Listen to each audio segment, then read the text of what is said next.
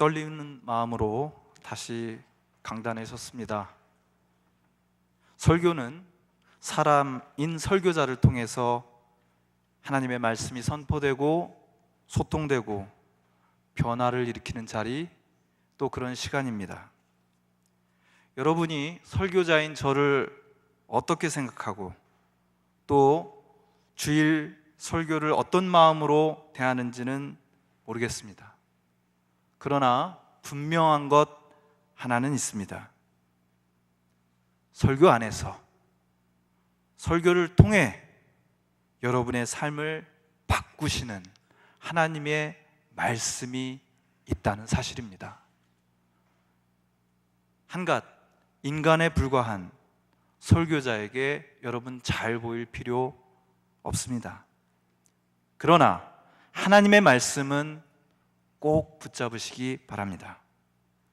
그 말씀을 붙잡기 위해, 아니 그 말씀에 붙잡히기 위해 온 몸과 마음으로 집중하시기 바랍니다. 우리의 참된 삶이, 우리의 참 생명이, 우리의 생명의 존폐가 바로 거기에 결정되어 있기 때문입니다. 기록된 하나님의 말씀, 곧 성서의 제일 마지막에는 요한계시록이 있습니다. 구약의 다니엘과 신약의 요한계시록을 사람들은 묵시문학이라고 부르면서 분류합니다. 그래서 계시록이라고도 부르고 묵시록이라고도 부릅니다. 묵시라는 말은 가려진 것, 감추어진 것이 드러남을 뜻하는 헬라어 아포칼립시스에서 나왔습니다. 마블 좋아하시는 분들 어디서 들어본 것 같죠? 엑스맨 아포칼립스. 칼립시스는 감추어져 있는 것을 뜻합니다. 그리고 아포는 그것이 드러남을 의미하죠. 그러므로 아포칼립스는 감추어져 있던 어떤 것이 드러나는 것, 감추어진 진실, 누군가가 어쩌면 이 세상 전체가 가리워버리려고 했던, 감춰버리려고 했던 진리가 드러남을 의미합니다. 아포칼립시스. 요한계시록의 관심은 그러므로 마지막 때, 종말의 때를 계산하고, 언제 이 세상이 멸망하게 될까? 언제 이 세상이 끝이 될까? 그런 것을 계산하고 그때 일어날 일을, 그 무시무시한 일을 추측하는 것이 주된 관심이 아닙니다. 요한계시록의 주된 관심은 하느님을 거스르는 체제의 억압 속에서 처참한 고통의 시간을 보내고 있는 그리스도인들을 격려하면서 끝까지 견딜 것을 응원하는 책입니다. 특히 주후 81년부터 96년까지 로마 황제의 자리에 앉아 있었던 도미티아누스 황제 시절, 온 세상이요 황제를 신처럼 숭배하고 그것을 보통 사람들의 일상 구석구석까지 관철시키려고 했던 시대, 고난당하는 크리스찬들을 응원하고 눈물을 흘리면서도 신앙을 지켜야 했던 크리스찬들을 위로하기 위해서 기록된 책이 바로 요한계시록입니다. 요한계시록은 그럼 오늘 우리에게 뭐라고 얘기하고 있습니까?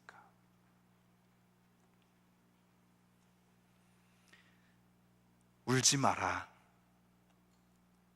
너무 힘들어서, 너무 괴롭고 아파서 울고 있는 여러분에게 누군가가 다가와서 어깨를 토닥이면서 울지 마, 이렇게 이야기하는 것 들어보신 적 있으신지요? 이렇게 다가와서 울지 말라고 이야기해주는 그 사람이요, 그저 형식적으로 어쩔 수 없이 그 말을 하는 게 아닙니다. 울지 마.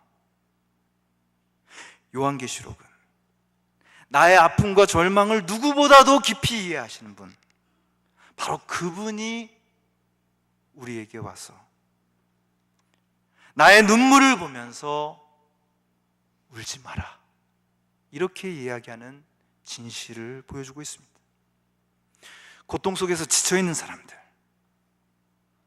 고통의 한복판에서 힘겹게 하루하루를 싸워가고 있는 예수의 사람들에게 계시록은 이렇게 선포합니다. 보좌 가운데 앉으신 어린 양이 그들의 목자가 되사 생명수 샘으로 인도하시고 하나님께서 그들의 눈에서 모든 눈물을 씻어주실 것이다. 여러분, 정말 비통한 눈물을 흘려보신 적 있으십니까? 제가 보니까요, 여기에 있는 분 거의 다 그런 울음을 울어보신 분들 같습니다.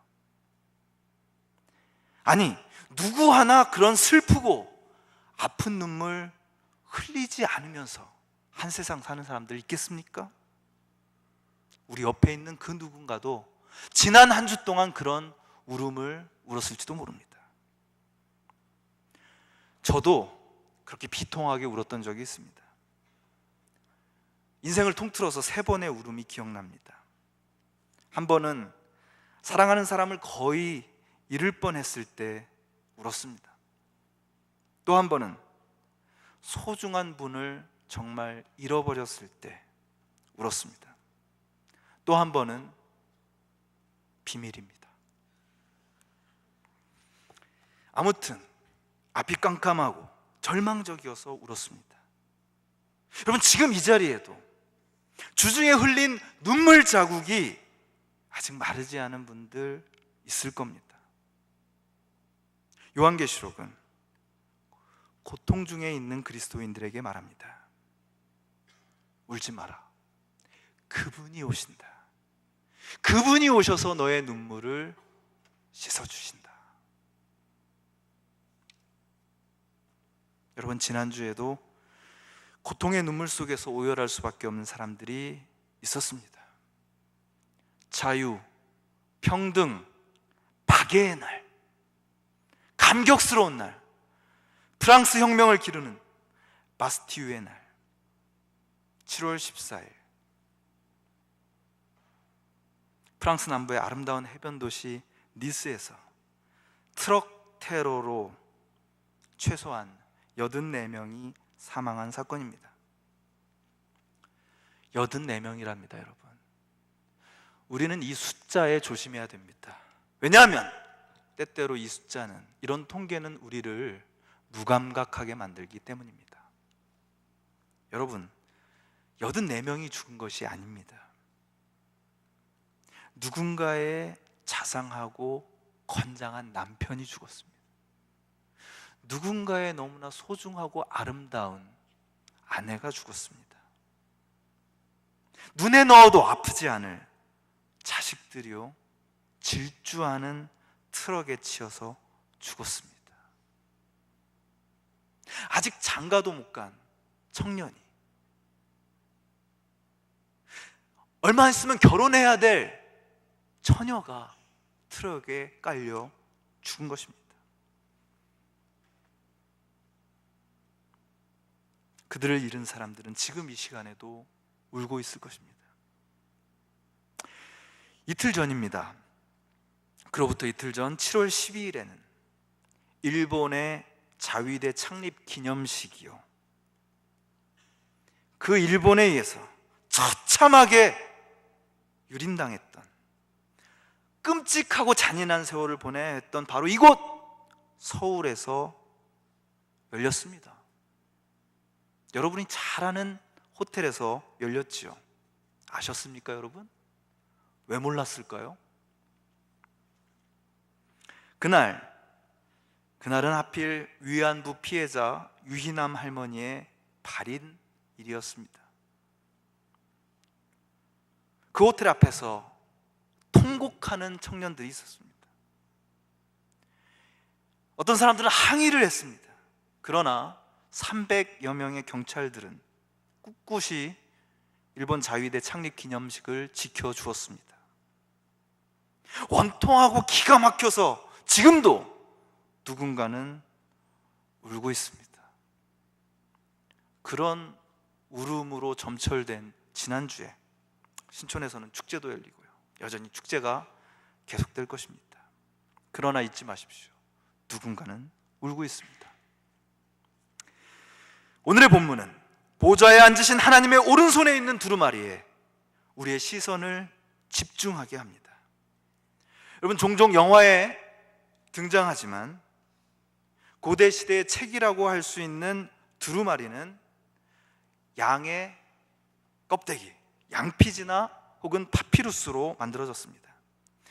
그 두루마리의 내용이 중요한 것일 경우요, 그것을 누가 함부로 열어보거나 훼손하거나 거기에 다른 말을 써놓을까 두려워하여서 그것을 밀랍으로 잘 봉인하고 그 위에 도장을 찍어 놓는 것이 굉장히 중요한 관례였습니다. 이것을 봉인이라고 하지요. 그런데 지금 우리가 말씀을 통해서 보고 있는 이 두루마리는요, 7개의 봉인을 하고 있습니다.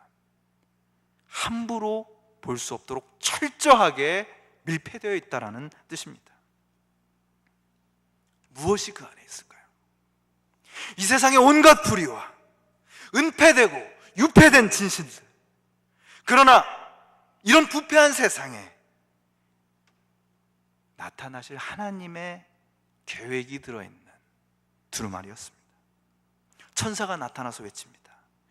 이 봉인을 떼고 두루마리를 펴기에 합당한 사람이 누구인가?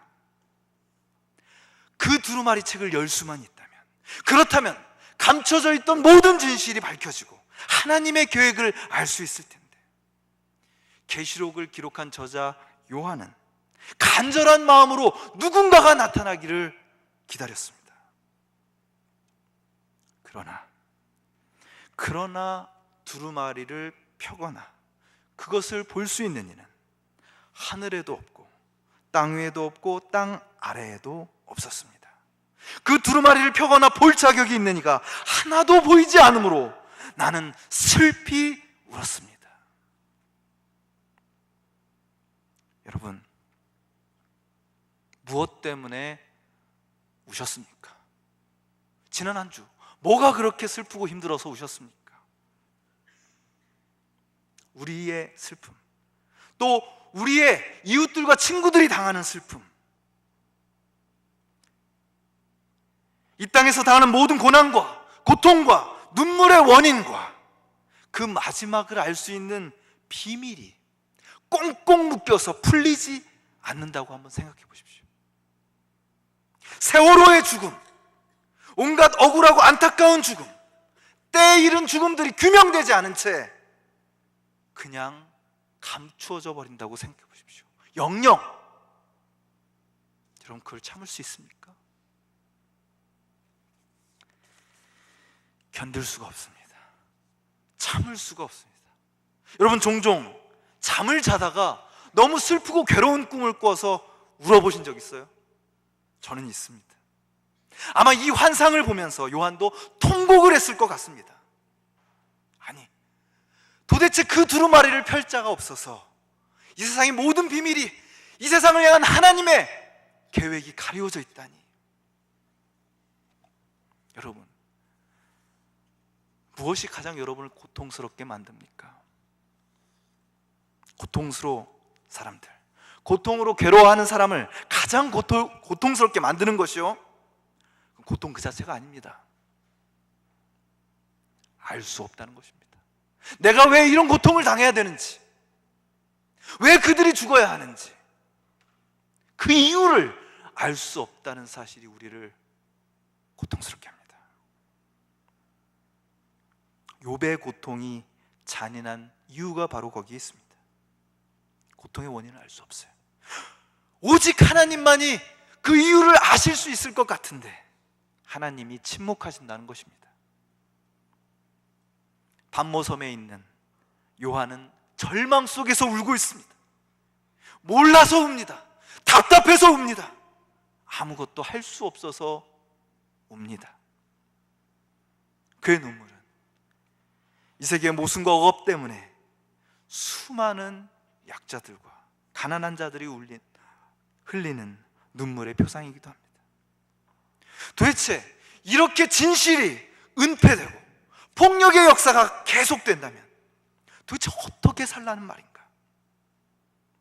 누군가가 그 진실의 봉인을 뜯어내고 그 기막힌 희생과 희생자들의 눈물, 그것을 밝혀주는 진실을 꺼내야 되지 않겠는가? 절망 속에서 정신없이 울고 있는 요한에게 어느 목소리가 들려옵니다. 울지 마십시오. 유다 지파에서 난 사자, 라이언, 곧 다윗의 뿌리가 승리하였으니 그가 이 7봉인을 떼고 이 두루마리를 펼 수 있습니다. 그 어떤 거짓도, 그 어떤 힘도 막아설 수 없는 용맹한 사자, 약속된 메시아 예수 그리스도, 바로 그분이 진실의 봉인을 떼고 두루마리를 펴십니다. 그분만이 모든 감추어진 것, 은폐된 진실을 밝히시고 승리하실 것을 믿습니다. 여러분이 이 자리에 있는 이유는 오직 그 믿음 때문입니다. 여러분 주목하십시오. 바로 여기서요, 우리는 성경 전체에서 가장 결정적인 순간과 마주합니다. 눈물을 흘리고 있는 요한에게 귀로 들려온 것이요, 사자가 승리할 것이라는 말씀이었습니다. 그런데 그걸 들으면서 요한이 보고 있는 모습은 사자가 아니라요, 어린 양이었습니다. 들리는 건 사자인데요, 보이는 건 어린 양입니다. 그것도 죽임당한 어린 양입니다. 니스에서, 차가운 바닷속에서, 그 옛날 십자가에서 죽임당한 어린 양. 나는 또 보좌와 내 생물과 장로들 가운데 어린 양이 하나 서 있는 것을 보았는데 그 어린 양은 죽임을 당한 것과 같았습니다. 여러분, 우리 주님은 사자처럼 승리하실 것입니다. 세상의 강자들을 모두 제압하는 사자, 그 사자의 포효를 들으시길 바랍니다. 그런데 그 승리는 어린 양의 희생, 죽임당하신 어린 양을 통해 성취됩니다. 어린 양을 바라보시길 바랍니다. 세상의 헛된 것들 바라보지 마시고 죽임당한 어린 양을 바라보십시오. 아파야만 볼 수 있는 것이 있습니다. 고통당해야만 보이는 것이 있습니다. 죽어야만 환히 열리는 진실이 있습니다. 희생당한 어린 양, 이 세상에 가장 약하고 아프고 끔찍한 죽음을 체휼하시는 어린 양, 그래서 약자의 마음을 누구보다도 잘 이해하시는 어린 양입니다. 여러분, 바로 그 연약한 어린 양이야말로 어떤 힘도 꺾을 수 없는 사자의 용맹으로 폭력과 억압의 역사를 끝장내고 승리하실 것입니다. 그래서 우리는 우리의 주님의 위대하심을 이렇게 노래합니다. How great is our God. 위대하신 주, 사자와 어린 양, 사자와 어린 양, 위대하신 주 찬양해. 위대하신 주 모두 알게 되리라. 위대하신 주, 사자와 어린 양입니다. 모두 알게 되리라. 한 사람도 빼놓지 않고 다 알게 됩니다. 모든 아픔과 눈물의 진실이 밝혀질 것입니다. 비참하게 희생당한 어린 양을 통해 밝혀질 것입니다. 그 어린 양을 통해 우리 민족의 고통, 지금도 세계 곳곳에서 일어나고 있는 테러와 억울한 죽음들의 이유가 밝혀질 것입니다. 그 어린 양에게는 7뿔과 7눈이 있습니다. 7뿔은 능력을 상징합니다. 모든 것을 하실 수 있고, 7눈은 모든 것을 보시는 눈을 의미합니다. 에스겔의 환상에 등장했던 내 생물, 사자와 소와 사람과 독수리가 등장합니다. 용맹함과 강인함과 지혜와 위엄을 상징하는 내 생물입니다. 그리고 마침내 어린 양이 나와서 보좌에 앉으신 분의 오른손에서 그 두루마리를 받았습니다. 람바노, 결정적인 받음입니다. 숨막히는 장면이죠. 바로 그때 내 생물과 그리고 24장로가 어린 양 앞에 엎드립니다. 여기서 24이라는 숫자는 이스라엘의 12지파와 예수님의 12사도의 수를 합친 숫자입니다. 예수 그리스도를 믿는 믿음을 통해 새롭게 구성된 하나님의 공동체, 하늘 시민을 대표하는 상징입니다. 어린 양 앞에 엎드린 그들의 손에는 두 가지가 있었습니다. 하나는 검은고라고 번역된 하프였고, 또 다른 하나는 향이 가득한 금그릇이었습니다. 오늘 본문은 친절하게도 그것이 무슨 뜻인지를 설명해 줍니다. 그 향은 성도들의 기도입니다. 여러분 따라해 보시겠습니다. 그 향은 성도들의 기도입니다. 여러분, 이 세상과 타협하지 않고 이 세상의 성취와 번영과 출세를 뒤쫓아 살지 않고 고난을 당할지언정 하나님을 섬기는 사람들의 탄식, 이 땅의 현실 때문에 눈물 지으며 탄원하는 기도, 누군가 아파하는 사람을 위해서 간절히 드리는 그 기도는요, 허공 속으로 사라지지 않고 향기가 되어 하나님께 당도함을 믿으시길 바랍니다. 물론 이기적인 바람으로 가득한 기도의 겉모양은 있지만 사실은 나의 사사로운 욕심에 묶여있는 세속적인 갈망은 이런 향기로운 기도가 될 수 없습니다. 나 자신을 태우는 아픔 속에서 연기가 되어 피어나는 기도여야 합니다. 여러분, 그것이 진짜 향기입니다. 여러분, 어떤 향수를 쓰시는지요? 향수를 뜻하는 영어 perfume, 이 말은 원래 소중한 것을 태우는 연기와 관련된 말입니다. 어떤 것을 통하여, 영어의 through를 뜻하는 per라는 말과 연기를 뜻하는 말 fumum, 이 합쳐져서 만들어진 말이 라틴어 perfumum, 거기서 perfume, 향수라는 말이 나왔습니다. 향기요, 연기를 통과해야 합니다. 자기를 태우는 헌신이 없이 여러분 아무리 비싼 향수를 발라봐야 소용없습니다. 자기를 태우는, 애태우는 마음이 없이 여러분 아무리 번드르르한 말로 기도해도 소용없습니다. 하나님 앞에 드리는 기도가 그렇습니다. 내 생물과 24장로들, 헤아릴 수 없는 많은 천사들의 노래가 들려옵니다. 하늘 위와 땅 위와 땅 아래와 바닷속 모든 만물이 찬양합니다. 죽임을 당하신 어린 양, 권세와 부와 지혜와 힘과 존귀와 찬양과 영광을 받으시기에 합당하시도다. 여러분, 이 노래는 무서운 노래입니다. 왜요? 생명을 걸고 부르는 노래이기 때문입니다.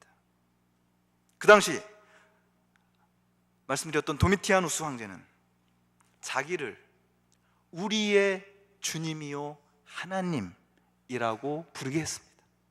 관리들과 모든 로마 시민들, 로마의 속국으로 살아가고 있는 모든 이들이 온 세상이 자기를 주님이요 하나님이라고 부르게 시켰습니다.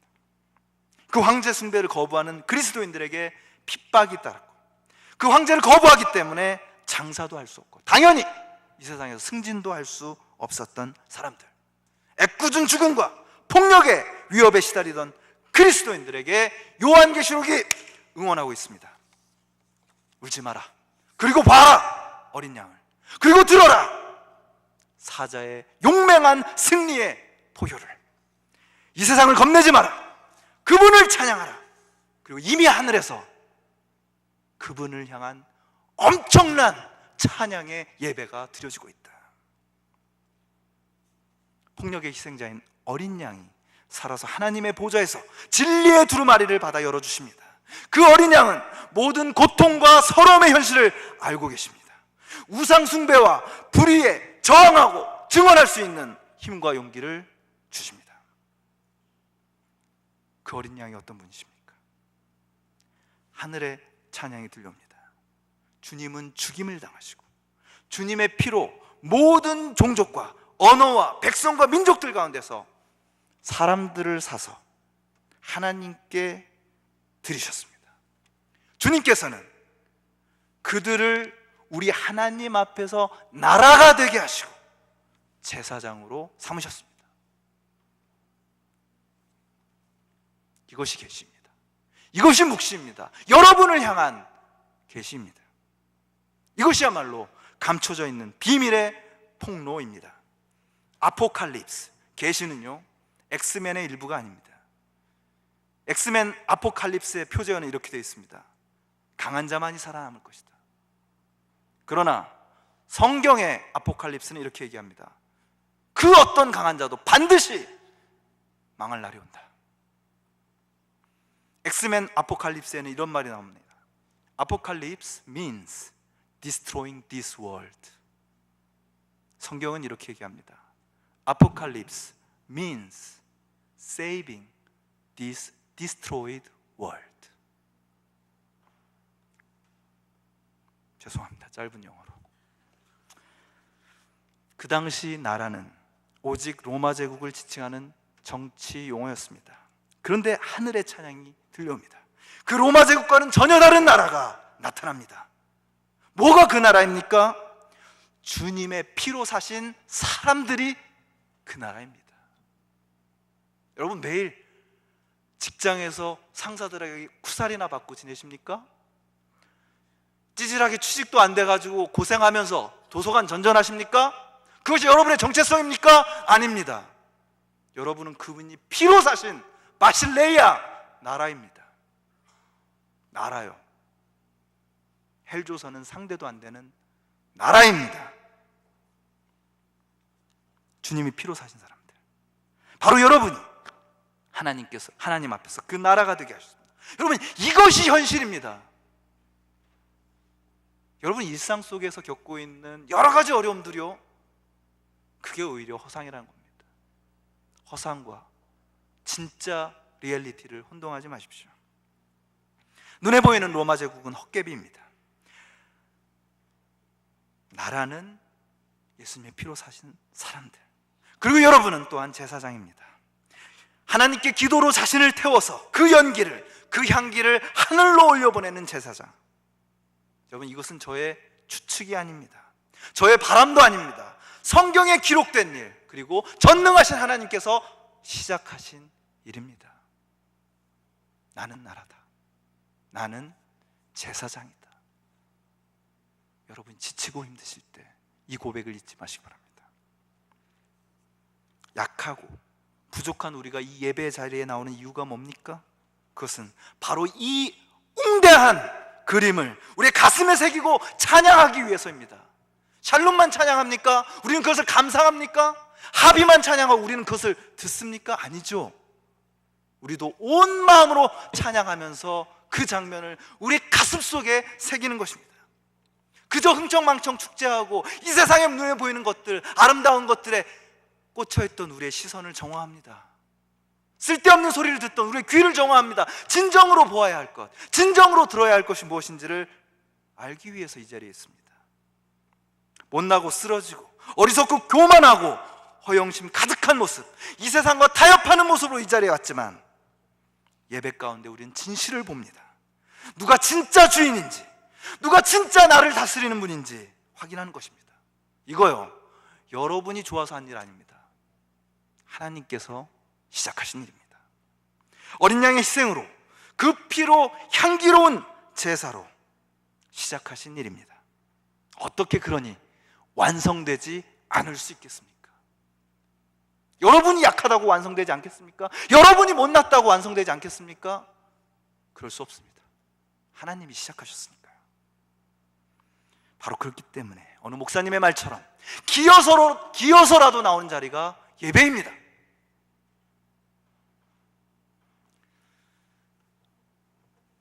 이런저런 약속으로 예배 소홀히 하십니까? 이 세상이 참 좋아할 겁니다. 나의 비천함과 세상의 불의와 폭력과 상처를 뛰어넘는 하나님의 통치, 사자와 어린 양, 알파와 오메가가 되시는 하나님을 찬양하기 위해 우리는 이 자리에 있습니다.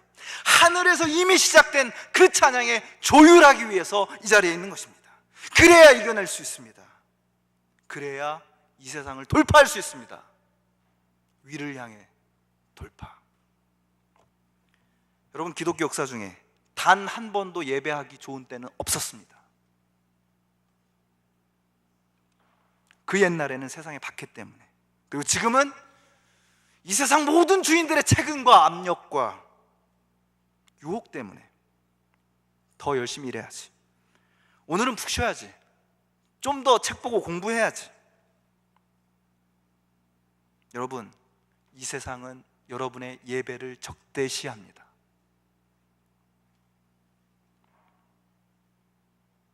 왜요? 그리스도인들은 예배를 통해서 이 세상에 저항하고 이 세상의 온갖 우상들에 맞서서 싸울 수 있는 힘을 얻기 때문입니다. 이 세상이 좋아할 리가 없습니다. 여러분이 예배하는 것을. 예배를 여러분이 소홀히 여기면 아주 좋아할 겁니다. 이 세상이요.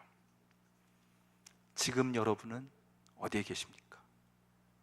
지금 여러분은 이 자리에서 무엇을 하고 있습니까? 예배를 소홀히 하는 청년들을 제가 야단치도록 하겠습니다. 예배를 소홀히 하는 속원들을 단단히 혼내라고 속장들에게 권면하겠습니다. 보좌에 앉으신 이와 어린 양께 찬송과 존귀와 영광과 능력을 세세토록 돌릴지어다. 아멘. 기도하시겠습니다.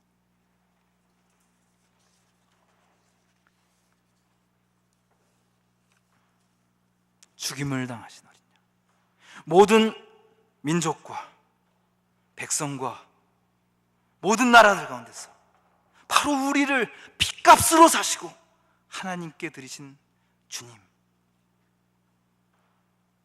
그 주님께서 우리의 모든 것임을, 우리를 다스리시는 분이, 이 세상의 모든 불의와 폭력과 아픔의 역사를 밝혀주실 분임을 알게 하여 주시옵소서. 우리의 눈에 눈물을 닦아주시는 분, 정말 슬퍼하고 아파하는 이들에게 다가서서 울지 말라고 말씀해 주시는 분, 주님과 함께 참된 예배자로, 또한 일상 예배자로 살아가는 우리가 되게 하여 주시옵소서. 감사드리며 예수님의 이름으로 기도드립니다. 자리에서 일어나서 함께 기도해 찬양하시겠습니다.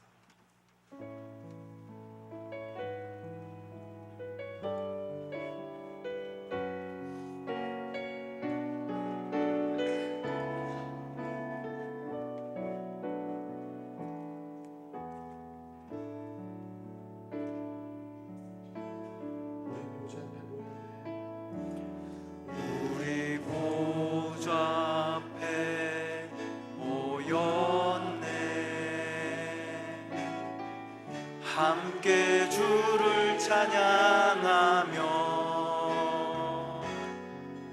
하나님의 사랑 그 아들 주셨네. 그의 피로 우리 구원받았네. 십자가에서 쏟으신 그 사랑 같이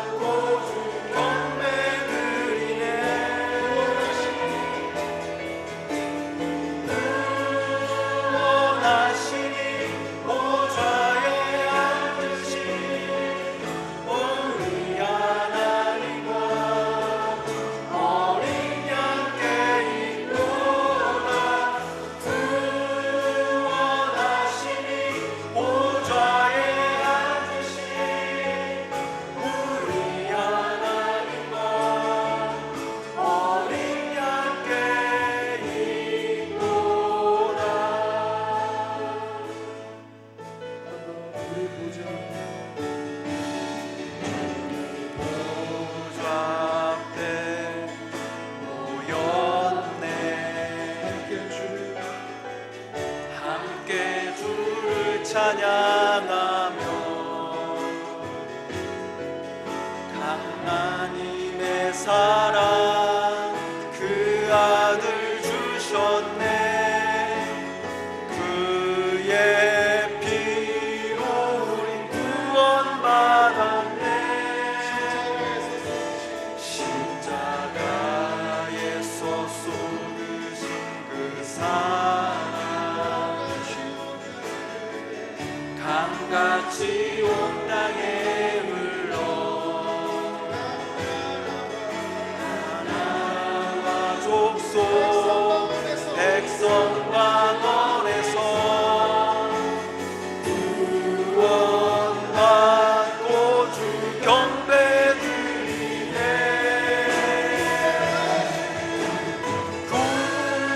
구원하시니 보좌에 앉으신 우리 하나님과 어린 양께 있도다. 구원하심이 보좌에 앉으신 우리 하나님과 어린 양께 있도다.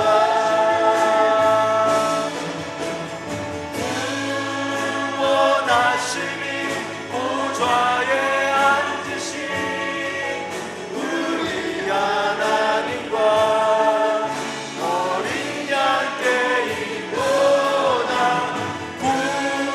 구원하심이 보좌에 앉으신 우리 하나님과 어린 양께 있도다.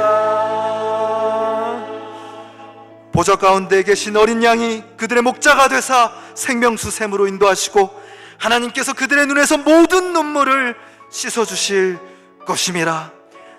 테러로 희생당한 사람들, 아직도 왜 그렇게 죽어야 했는지 소중한 사람들의 죽음의 이유도 알지 못한 채 통곡하고 있는 사람들, 이 땅의 모든 아픔과 절망 속에서 울고 있는 이들을 위해서 간절히 탄원하는 기도를 먼저 하나님께 올려드리겠습니다.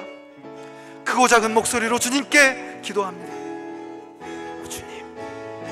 오 주님, 나의 아픔에 관심하면서 이 땅에서 일어나고 있는 온갖 끔찍한 폭력과 저주받을 권력 때문에 너무 아파하고 있는 주님, 그들의 눈물을 닦아주시고 복음을 지키기 위해서 저 먼 선교지에서 눈물을 흘리면서 고통당하고 있는 이들을 피하여 주시옵소서.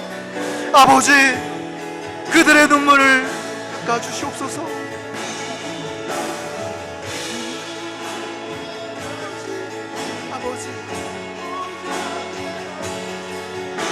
아버지, 세월호에 진실이 밝혀질 수 있도록 도와주시고 그 어떤 세력도 가리지 못하도록 주여 도와주시옵소서.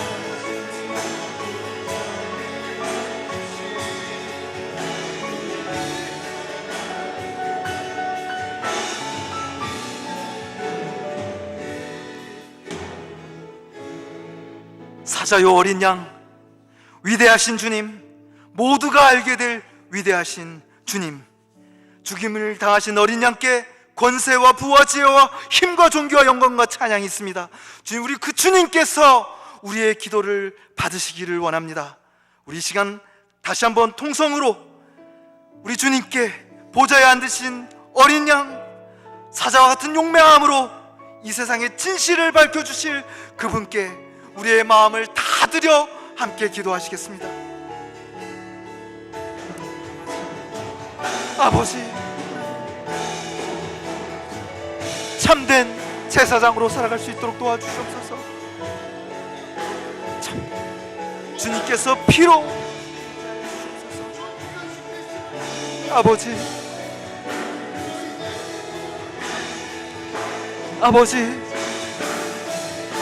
보좌에 앉으신 주님, 참된 예배자로 살아가게 하여 주옵소서. 세상과 주님의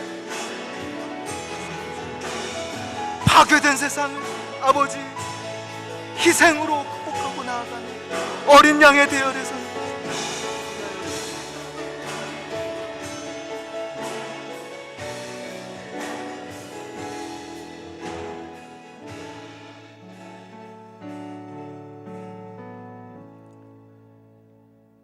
지금은 어린 양 예수 그리스도와 보좌에 앉으신 우리 하나님과 성령의 역사하심이 오늘 이 예배에 참여하고 하늘 보좌 위에서, 하늘 보좌 주변에서 울려 퍼지는 위대한 찬양의 소리를 들으면서 우리의 삶 속에서도 참된 예배자로 살아갈 것을 다짐하며 나아가는 이 자리에 모인 모든 예배자들과 고통당하는 피조 세계와 테러와 폭력으로 상한 이 세상과 눈물을 흘리는 이들 위해 이제로부터 영원토록 함께 하시기를 간절히 축원하옵나이다.